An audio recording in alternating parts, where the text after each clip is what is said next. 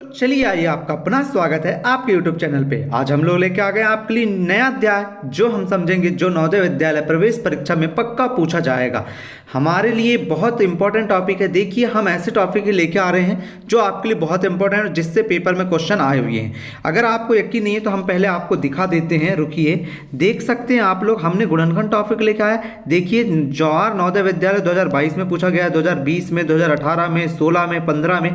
मतलब आपके लिए हम ऐसे ही क्वेश्चन लेके आए हैं जो आपके अभी तक पूछे गए हैं। तो आज का हमारा टॉपिक हम लोग स्टार्ट करते हैं। आज का हमारा जो टॉपिक है गुणनखंड फैक्टर पर। उसके पहले अगर आप चैनल में नए हो, आप 100% नवोदय में सफलता पाते हो, चाहते हो कि सफल हो जाए, तो आपको अभी चैनल को सब्सक्राइब करना होगा। क्योंकि अगर आप चैनल को सब्सक्राइब नहीं करोगे तो आपको आगामी वीडियो नहीं मिलेगा, जो आपके लिए अति महत्वपूर्ण रहता है। इसलिए चैनल को पहले सब्सक्राइब कर लीजिए और दोस्तों में शेयर कर दीजिए और बार बार देखिएगा। अगर आपको एक बार में समझ नहीं आता है तो पुनः देखिए, पुनः फिर समझ नहीं आता है फिर एक बार देखिए।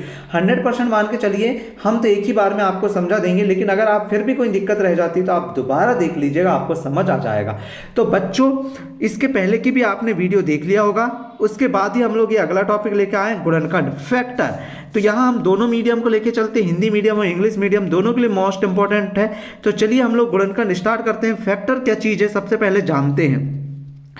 तो कोई संख्या यदि दूसरी संख्या से, यदि कोई संख्या जो है यदि दूसरी संख्या से पूरी विभाजित हो जाती है, मतलब पूर्णतः वो डिवाइड हो जाती है। जैसे मान लीजिए आपके पास 9 है, अगर आपने पहली संख्या 9 है और एक दूसरी संख्या आपके पास 3 है, अगर आपने 3 से इस 9 को विभाजित किया 3 बार, तो ये पूर्णतः चले गई।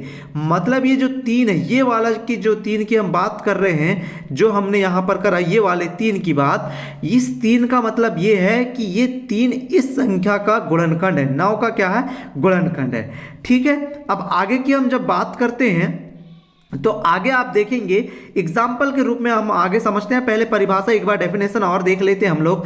कोई संख्या यदि दूसरी संख्या से पूरी या पूर्णतः विभाजित हो जाती है, अर्थात कुछ भी शेष नहीं बचता है, तब दूसरी संख्या पहली संख्या का गुणनखंड कहलाती है। जैसे अब भी हमने एक एग्जाम्पल समझा, एक और एग्जाम्पल समझते हैं। हमारे पास मान लीजिए 16 है, अगर हम इसे 8 से भाग करते हैं, तो अब जब 8 से भाग किए तो 8 एकम 8, 8 दूनी 16, ये 2 आ गया, इसे भूल जाइए, भागफल से हमें कोई मतलब नहीं है।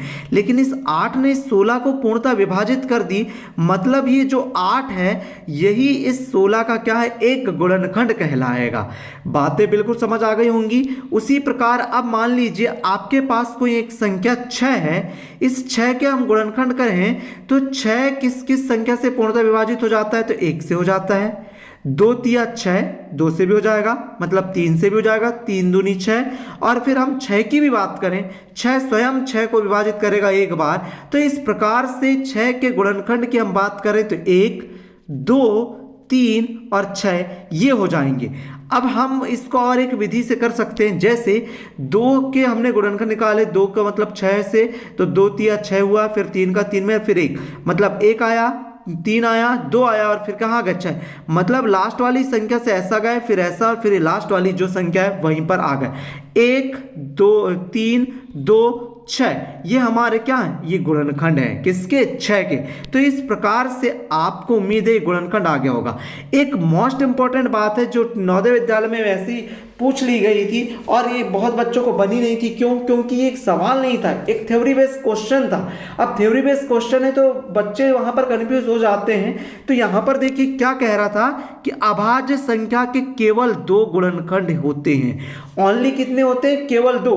कौन कौन से? स्वयं तो वही संख्या, और उसके अलावा भी एक नंबर होता है, मतलब स्वयं 1 से अगर आप डिवाइड करते हैं तो वो उतने ही बार चल जाता है। इसलिए इसके आंसर क्या हो जाएंगे? 1 और 3 हो जाएंगे। इसके आंसर क्या हो जाएंगे?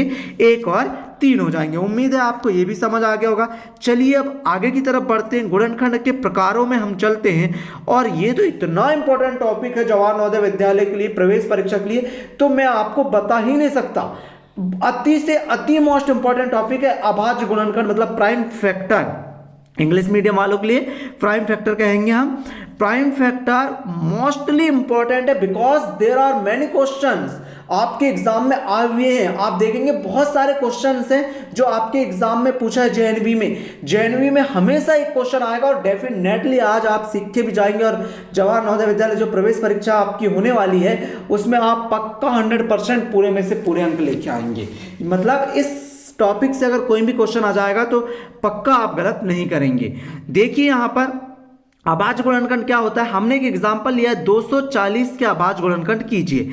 हम कुछ नहीं करेंगे, सबसे पहले 240 के हम लोग यहां पर क्या करेंगे, 240 के हम लोग देखिए गुणनखंड कर लेते हैं। जैसे 240 में 2 का भाग दिए तो 2 एकम 2, फिर 4 में दिए 2 दूनी 4 और 2 शून्यम शून्य, हो गया 120 आ गया। फिर 2 से दे रहे हैं, फिर 2 से दे रहे हैं तो 1 में नहीं जाता, इसके लिए हमने 12 पूरा ले लेंगे तो 2 इचिंग 12 2 शून्यम शून्य। फिर सम संख्या है, इसके लिए 2 का चल जाएगा तो 2 तिया 6 2 शून्यम शून्य। हमने ये गुणनखंड निकालना सिखा चुका है आपको, लघुत्तम समापवर्तन और महत्तम समापवर्तन। अभी तक आपने वो वीडियो नहीं देखा है तो देख लेंगे, हम आई बटन में उसको डाल देंगे या डिस्क्रिप्शन में भी डाल देंगे। और एक महत्वपूर्ण जानकारी आपके लिए ये है कि आपको इसकी पीडीएफ चाहिए हैंड राइटिंग नोट्स की। देखिए हम आपको बहुत अच्छे से हैंड राइटिंग नोट्स देते हैं, ऐसा नहीं कि कोई पुस्तक ला ली और उसको बता दिया, यहाँ पर वैसा नहीं होता है। हम यहाँ पर आपको डेफिनेटली नवोदय विद्यालय में सिलेक्शन वाली पढ़ाई कराते हैं, इसके लिए आप पिछले वीडियो नहीं देखा है तो आप उन्हें देख लीजिएगा, ठीक है। फिर 2 से दिए तो 2 मतलब 2 से दिए 2 तिया 6 2 शून्यम शून्य, फिर 2 से दिए 2 एकम 2 3 में गया 2 एकम 2, अब यहाँ पर 1 बचा तो 10 हो जाएगा, 2 पंचे 10 हो गया, यहाँ पर 2 पंचे 10। फिर अब यहाँ पर 15 आ गया, 15 में 3 का जाएगा सबसे छोटी संख्या, 3 पाँचे 15 और 5 एकम 5। इस प्रकार से हमने ये क्या करा है, इसके गुणनखंड निकाला। क्या करा हमने, इसके गुणनखंड निकाल लिया। क्या कर लिया बच्चों, गुणनखंड निकाल लिया। अब जब गुणनखंड निकाल लिया तो उसके बाद देखिए क्या हो जाएगा, गुणनखंड निकालने के बाद हम इसके गुणनखंड जो ये आए हैं ना, ये गुणनखंड, इन गुणनखंडों को यहाँ पर लिख देते हैं। ये लिख दिया हमने, पहले 2 आया तो ये 2 लिख दिया, फिर ये 2 इसका हो गया, फिर ये वाला 2 इसका, फिर ये 2 इसका, फिर ये 3 ये वाला और 5 ये वाला। अब यहाँ पर 2 की पावर कितने लिखेंगे हम लोग, 4, 3 की पावर 1 और 5 की पावर 1। ये 2, ये क्या होगा, ये वाले पूरे के पूरे अभाज्य गुणनखंड हो गए। क्या क्या है, 2 3 और 5 अभाज्य गुणनखंड आ गए। लेकिन कितने अभाज्य गुणनखंड आए, देखिए बच्चों ध्यान से सुनिए। अभाज्य गुणनखंड आपने कहाँ करा, ये करा, ये अभाज्य गुणनखंड है। ये पूरे क्या है, 2 2 2 2 गुणा 3 गुणा 5, ये सब क्या है, ये सब अभाज्य गुणनखंड है। लेकिन कुल अभाज्य गुणनखंडों की संख्या पूछ लेता है, ये मोस्ट इंपॉर्टेंट है कि गुणनखंडों की संख्या पूछ लेता है। तब क्या करोगे, 2 कितने बार आया, 4 बार। आपने क्या करा, देखिए 2 लिख दिया और उसकी घात कितने लिख दिया, 4 लिख दिया। फिर 3 कितने बार आया, 1 बार, आपने 3 लिखा, उसकी घात 1 लिख दिया। 5 कितनी बार आया, 1 बार, तो आपने 5 यहां पर देखिए 1 बार लिख दिया। अब जो घात आई है ना उनको आपस में जोड़ दीजिए तो 5 और 4 और 1 5, 5 और 1 6, टोटल गुणनखंडों की संख्या कितनी आ गई, 6 आ गई। इस प्रकार से 240 के अभाज्य गुणनखंडों की कुल संख्या कितनी है, तो 6 है। उम्मीद है ये भी प्रश्न आपके दिमाग में 100% बैठ गया होगा। कुछ पूछना है पूछिए, आप कमेंट करके पूछ सकते हैं, हम जरूर रिप्लाई करते हैं। और आपने देखा होगा, अगर आपको हमारे व्हाट्सएप ग्रुप से भी जुड़ना है, अभी तक आप व्हाट्सएप ग्रुप से नहीं जुड़ा है कोई भी बच्चा, तो आप read and learn with Ranjit Kumar, ये सर्च कीजिए। आप जैसे ही सर्च करेंगे आपको एक चैनल नजर आएगा, उस चैनल में आप जुड़ जाइए, ये जिसकी लिंक हम डिस्क्रिप्शन में दे देंगे, वहां से भी आप जुड़ सकते हैं। अब चलिए आगे की तरफ बढ़ते हैं। एक क्वेश्चन और हमने लिया है आप लोगों के लिए, 7 की घात 5 गुणा 9 की घात 7 गुणा 11 की घात 9 के अभाज्य गुणनखंड कितने हैं। 7 की पावर 5, 9 की पावर 7 इंटू 11 की पावर 9 के प्राइम फैक्टर्स, मतलब कितने, हाउ मैनी, कितने अभाज्य गुणनखंड हैं। कुछ नहीं करना है, बहुत अच्छे तरीके से समझिएगा इसको भी।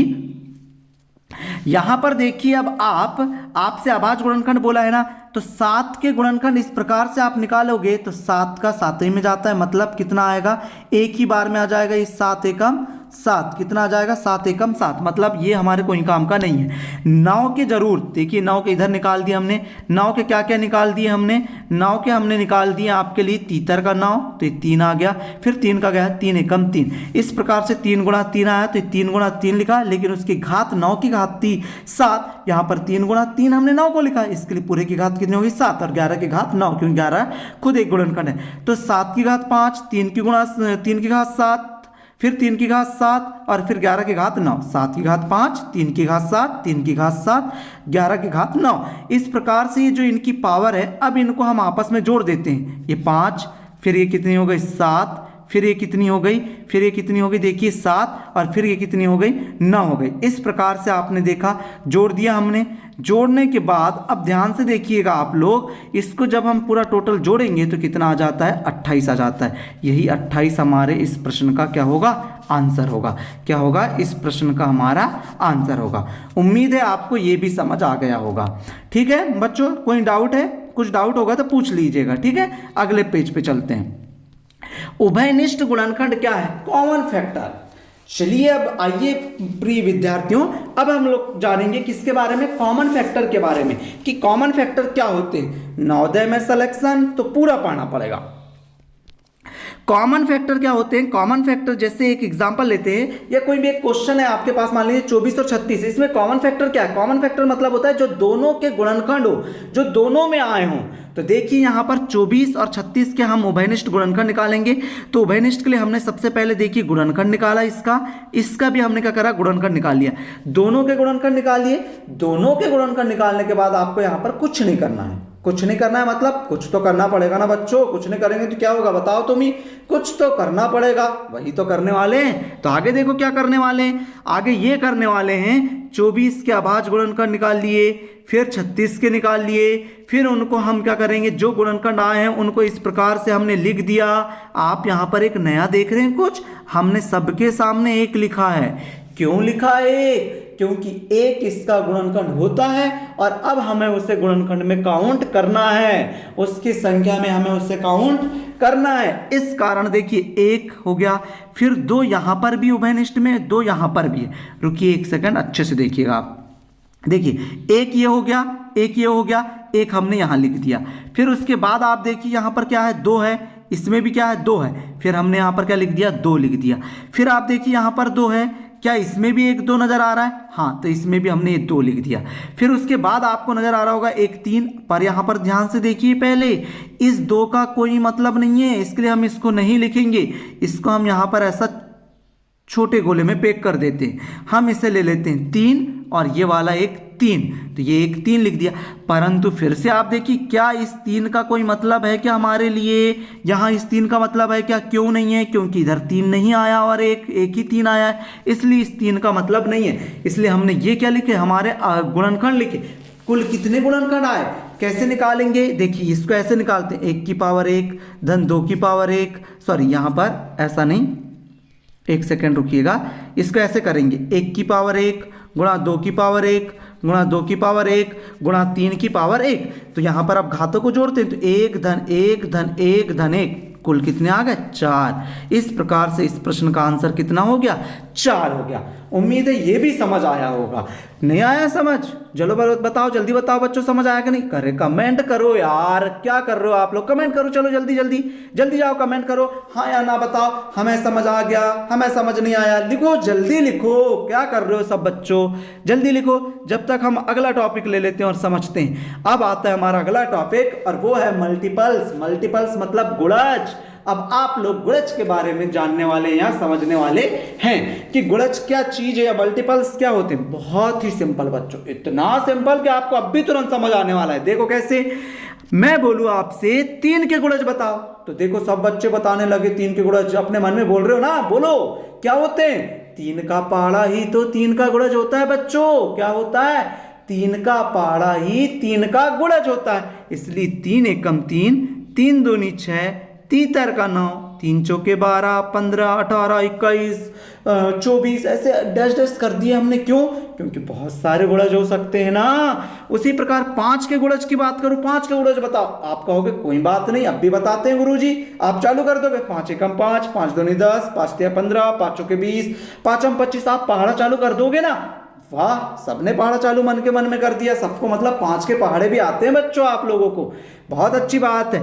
उम्मीद है मुझे कि आपको पूरे 20 तक पहाड़े आते होंगे सब बच्चों को, बहुत अच्छे से आप लोगों ने अभी तक याद कर लिया होगा।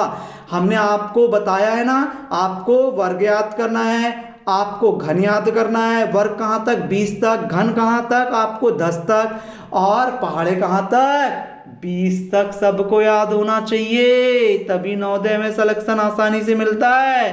ठीक है, तो ये गुणज वाली बात हो गई। अब हम आगे की तरफ अब आपके लिए लेके आते हैं मोस्ट इंपॉर्टेंट क्वेश्चन जो अभी तक पूछे गए हैं, ध्यान से समझिएगा। अब ऐसा नहीं कि मैं आपको पूरा ध्यान बोल रहा हूं तो बिल्कुल यहीं पर ही ऐसे देख रहे, दिमाग भी खुला रखो, पेन कॉपी भी पकड़ो, खुद भी मेरे साथ करो, जब तो सीखोगे, सीखना है ना आपको। तो चलिए 2100 के आवाज गुणनखंड बताएंगे। कुछ नहीं गुरुजी, अब भी कर लेंगे, ऐसा खींचेंगे गुरुजी, यहाँ 2100 लिखेंगे, एक सेकेंड रुकिएगा। हाँ, यहां पर क्या बोलोगे आप, 2100 लिखेंगे, लिख दिए 2100। जैसे यहां पर 2100 लिखिए आप लोगों ने, 2100 के बाद क्या करोगे आप, यहां पर लिखोगे आप कितना, 2। क्यों 2 लिखोगे, क्योंकि 2 से चले जाएगा। तो इस प्रकार से आप ये पूरे गुणनखंड निकालना। ठीक है, जब आप गुणनखंड निकाल लोगे तो इनमें से कोई एक आंसर होगा इस प्रश्न का, इनमें से क्या होगा, कोई एक आंसर होगा, और जो मुझे कमेंट करके बताएगा उसको मैं पर्सनल ये पीडीएफ भेजूंगा। क्योंकि देखो गुणनखंड हमने पढ़ा दिया ना, अब आपको बता भी दिया कैसे करना है। चलो अब नहीं बन रहा है तो कोई बात नहीं, कर लेते हैं, नहीं तो हमारे बच्चों को तो बन जाना चाहिए यार, क्योंकि सब बच्चे पढ़ चुके गुणनखंड। चलिए यहां पर करते हैं। ठीक है, थोड़े छोटे कैपिटल में, मतलब उसमें करेंगे अक्षरों में। तो चलिए ध्यान से देखना, पहले लिखते हैं हम लोग यहाँ 2100, फिर यहाँ पर लिखेंगे 2, तो 2 एकम 2, अब नहीं जाता, सुन लगाएंगे। देखो बच्चों बहुत अच्छी चीज सीखने मिल गई, 2 एकम 2, 1 में नहीं जाता, इसको सुन लगाया, अगली संख्या उतारे, तो 2 पंचे 10, 2 शून्य सुन, फिर से 2 का जाएगा, 2 पंचे 10, 2 दूनी 4, 1 बचा, 2 पंचे 10। फिर अब कितने का जाएगा बच्चों, 2 का तो जाने से रहा, आप 3 का देखे देखो, 3 का देखे देखते हैं क्या होता है, जाता है कि नहीं पता चल जाएगा। ये देखो कहीं गलत तो नहीं कर दिया आपने, फिर से कर लो, 2 एकम 2 नहीं जाता, सुन, 2 पंचे 10 सुन, फिर 2 पंचे 10, 2 दूनी 4, 2 पंचे 10 हो गया। अब 3 का जा रहा है क्या, 3 का जा रहा है क्या, जल्दी देखे बताओ, जा रहा है तो 2 ना, तो 3 एकम 3, 2 बचा तो 22 हो गया, 3 सत्ते 21, 1 बचा, 3 पाँचे 15, फिर से 3 का जा सकता है, देखो जा रहा है कि 3 का, 3 पाँचे 15, 2 बच जाएगा 25, नहीं जाता तो हटा दो, 5 का दे दो, 5 तिया 15, 5 25, अब क्या 5 का जाएगा, हाँ जाएगा ना, 5 25, ओ सॉरी 5 7 35 और 7 एकम 7। गुणनखंड देख लो, 2 बार 2 कहाँ नजर आ रहा है, सब में 2 बार 2 नजर आ रहा है, इसको छोड़ के डी को काट दो, 3 एक बार इसमें और इसमें है, बी और सी में देखते हैं, 5 2 बार, 5 इसमें एक बार है, मतलब ये नहीं है हमारा, ये 5 2 बार आया और 7 एक बार, ये मतलब इस प्रश्न का आंसर आप देखो सब लोग, कितना आ रहा है इस प्रश्न का आंसर, सब लोग देखो गौर से, इस प्रश्न का आंसर आ रहा है बच्चों सी नंबर का। कौन से नंबर का, सी नंबर का इस प्रश्न का आंसर हो जाएगा। अब ये वाला क्वेश्चन तो आप लोग करोगे यार बच्चों, देखो ये कितना इजी है, 640 के आपका आवाज गुणनखंड करना है, ये आप लोग करोगे और आप ही हमें कमेंट में उत्तर बताओगे। उसके पहले अब हम नया क्वेश्चन ले लेते हैं। ठीक है, नया क्वेश्चन करें। नए क्वेश्चन में क्या कह रहा है आपसे कि 9 तथा 17 के दोनों का एक उभयनिष्ठ गुणज संख्या ए है।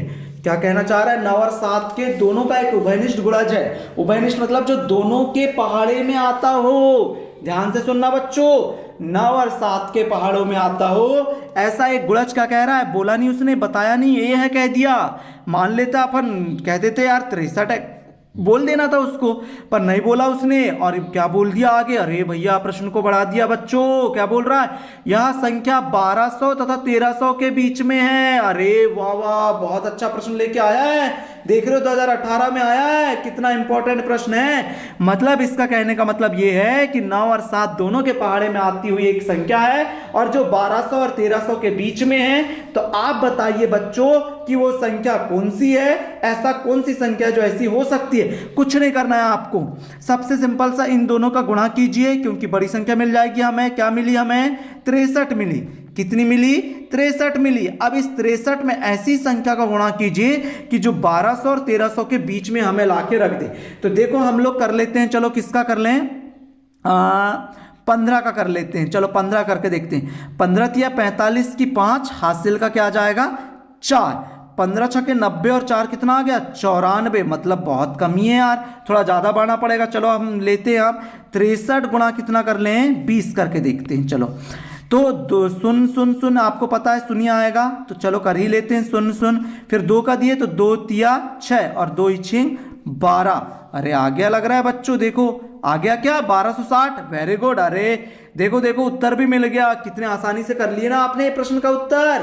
देखो कितने आसानी से बन गया। आपको ऐसे करना है, जब भी दो संख्या का है उन दोनों का गुणा कर लो, और जिसके बीच में बोला है वहां तक करते जाओ गुणा। इन दोनों के बीच में आ गया, यही हमारा आंसर है। और ये देखिए सबसे आसान सा प्रश्न, और कई बार पूछा गया है कि 6 के पहले 4 गुणजों का योग। अरे भैया अब भी तो पढ़े 6 के गुणज कौन कौन से, 6 एकम 6, 6 दूनी 12, 6 त्रिया 18, 6 चौके 24, ये गुणज है, इनका योग बोला है तो इसको हम ऐसे लिख लेते हैं 6 एकम 6, 6 दूनी 12, 6 त्रिया 18, 6 चौके 24। अब जोड़ दो, 6 और 2 8, 8 दूनी 16, 16 और 4 20, 20 की शून्य हासिल का 2, 2 और 2 ये 4, 5 6, कितना आ गया 60। तो इस प्रश्न का उत्तर भी क्या होगा 60 होगा। अब ये वाला प्रश्न मत पूछने बैठ जाना, मुझे पता है आप लोग बहुत समझदार हो, पूरे बच्चे बहुत समझदार हो। इस प्रश्न को आप लोग करोगे 6 के प्रथम 5 गुणजों का योग। देखो बच्चों कर भी रहे हो, पर मुझे आंसर भी भेजना है कमेंट में कि 5 का आंसर सर ये आएगा। क्या आएगा ये, मतलब कि कौन, जोड़ के बताओ और आंसर बताओगे आप लोग। चलिए अब आगे की तरफ बढ़ते हैं हम लोग, अगला प्रश्न लेके आते हैं आप लोगों के लिए। अगला प्रश्न क्या है, 23 के प्रथम 5 गुणजों के योग, मतलब सॉरी गलती हो गई, 6 के प्रथम 5 गुणजों के योग से आने वाली संख्या के दाही तथा इकाई के स्थानों पर आए अंकों का अंतर। अब भी मतलब इस प्रश्न को अगर हम कर रहे हैं तो ये वाला प्रश्न हो रहा है, ये वाले प्रश्न को हल कर रहे हैं तो ये वाला हो रहा है। चलो कर ही लेते हैं, आपके लिए अच्छी बात है कि 6 एकम 6, 6 दूनी 12, 6 त्रिया 18, 6 चौके 24 और 6 पंचे 30, ये हो गए। अब भी हमने इन चारों को जोड़ा तो कितना आया था 60, 60 में 30 जोड़े तो कितना हो जाएगा 90। मतलब 6 के 5 गुणजों का योग, इस प्रश्न का उत्तर क्या हो गया 90 हो गया। अब इस 90 के क्या कह रहा है, दाही और इकाई के अंकों का अंतर, मतलब कि 9 में से 0 को घटाओ कितना आएगा 9, मतलब डी इस प्रश्न का क्या हो गया सही आंसर हो गया। बच्चों सब्सक्राइब करो यार चैनल को, यार सब्सक्राइब ही नहीं करते हो, आपकी ये आदत अच्छी नहीं लगती हमें। सब्सक्राइब करो, शेयर करो, दोस्तों को बताओ इससे पढ़ना है, आपको सिलेक्शन चाहिए, बहुत अच्छे से तो पढ़ा रहे हैं यार, ठीक है। अब अगला क्वेश्चन लेके आते हैं। अगले क्वेश्चन बहुत अच्छे क्वेश्चन है। क्या कह रहा है अगला क्वेश्चन, 13 के प्रथम 7 गुणजों का योग किसके निकटतम है। देखो यार भैया अब ये आप लोगों को करना पड़ेगा यार, पूरे बच्चों ये आप लोग करोगे यार। 13 का पहाड़ा 7 बार लिखो, टोटल कर लो, और यहां से ऐसा कौन सा अंक है जिसके ज्यादा नजदीक होगा। जैसे मान लो 371 आया तो आप बोलोगे 370 आंसर है। अब मान लो 300 आपका 73 आया तो आप क्या बोलोगे 375 आंसर है। इस प्रकार से आप इस प्रश्न का हल करोगे, ठीक है। अब 30 के गुणनखंड, कुछ नहीं ऐसा करो 30 के गुणनखंड, बस हो गया। 3 का नहीं जाएगा, 2 का जाएगा, 2 एकम 2, 2 पंचे 10, फिर कितना जाएगा 3 एकम 3 पाँचे 15, 5 एकम 5, कुछ नहीं 1 आया, 5 आया, 3 आया, 2 आया, 30 आया। देख लो ये किस में है भैया, ये आपको नजर आ रहे हैं क्या किसी में, हाँ नजर आ रहे होंगे तो देख लो और उसको आंसर लगा दीजिएगा, ठीक है। उम्मीद है गुणनखंड बोला है, गुणनखंड अच्छे से कीजिएगा। आपके लिए हम होमवर्क छोड़ के जा रहे हैं इस क्वेश्चन को भी, क्योंकि समझा ही दिया, अब आपसे बन ही जाएगा। अब ये अगला क्वेश्चन क्या बोल रहा है, एक संख्या 50 से कम है, हाँ ठीक है 50 से कम है मतलब 1 से 50 के बीच में, और 7 की गुणज है, 7 की गुणज है मतलब 7 के पहाड़े में आती है। 7 का पहाड़ा लिख लेते हैं, चलो पहले 7 एकम 7, 7 दूनी 14, 7 दूनी 14, 7 त्रिक 21, 7 चौके 28, 7 अपना 35, 7 छिंग 42, 7 सतैया 49, और कुल कितने गुणनखंड है कह रहा है 3 अभाज्य गुणनखंड है। देखो इसका तो हो नहीं सकता 3, क्योंकि 7 एक ही हुआ। इसके कितने हुए 7, 2 7 14 मतलब 2 ही हुए। फिर इसके भी नहीं हो सकते, मतलब हम लोग नीचे से आते हैं 49 के करते हैं तो 7 7 आ रहा है, मतलब ये भी नहीं हो सकता। 42 का करके देखते हैं, 42 की तो 2 का जाएगा, 2 दूनी 4, 2 एकम 2, फिर 3 का जाएगा, 3 7 21 और 7 एकम 7, और फिर 1 आ जाएगा। मतलब हमारा सही आंसर क्या आ जाएगा, जल्दी बताओ कौन, 42। इस प्रश्न का सही आंसर क्या है 42 है।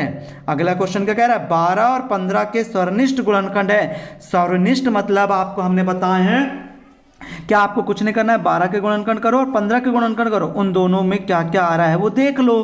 तुम आप जब करोगे ऐसा तो लगभग 1 या 3 आएगा, देख लीजिएगा, यही आपका क्या हो जाएगा, आंसर हो जाएगा। ठीक है, इसको भी आप करिएगा। फिर उसके बाद के लिए भी होमवर्क के रूप में ये रहा आपका 37,800, इसको भी आप करिए। 316 का गुणनखंड नहीं है, मतलब आपको इससे भाग देना है। क्या 316, चलो इसको कर लेते हैं हम लोग।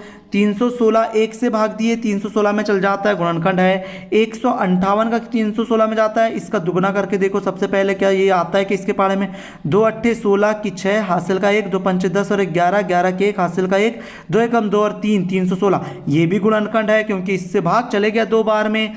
फिर अब 79 को करके देखते हैं। पहले 8 को देख लेते हैं, 8 क्योंकि छोटी संख्या है।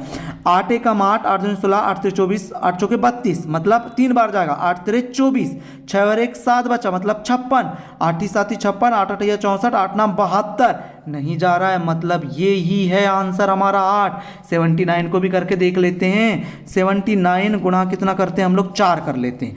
4 नाम 36, 36 की 6 हासिल का 3, 7 चौके 28, 28 29 30 और 1 31। हाँ, ये इसके पाड़े में आ जाता है 316, मतलब ये वाला ये गुणनखंड है। बस 8 इस संख्या का गुणनखंड नहीं है, तो यही आंसर हो जाएगा।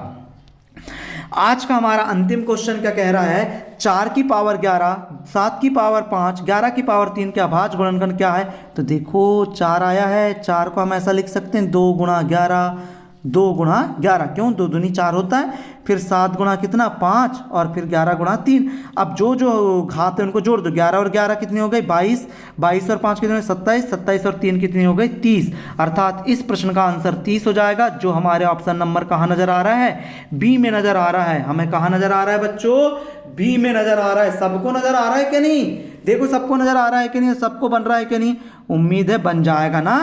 तो यहाँ पर हमने इस प्रकार से ये पूरी प्रश्नों को जो श्रृंखला लेके आए थे आज हम, उनको हमने लगभग हल कर लिया।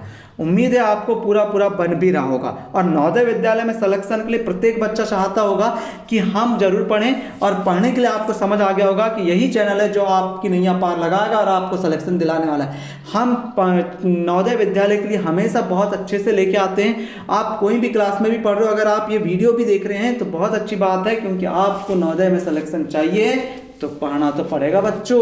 तो चलिए, उम्मीद है आपको समझ आ गया होगा। अब हम मिलेंगे आपसे भी अगले वीडियो में। जब तक के लिए आपका बहुत बहुत धन्यवाद। चैनल को सब्सक्राइब कीजिए, लाइक कीजिए, शेयर कीजिए, दोस्तों में भी शेयर कीजिए। धन्यवाद।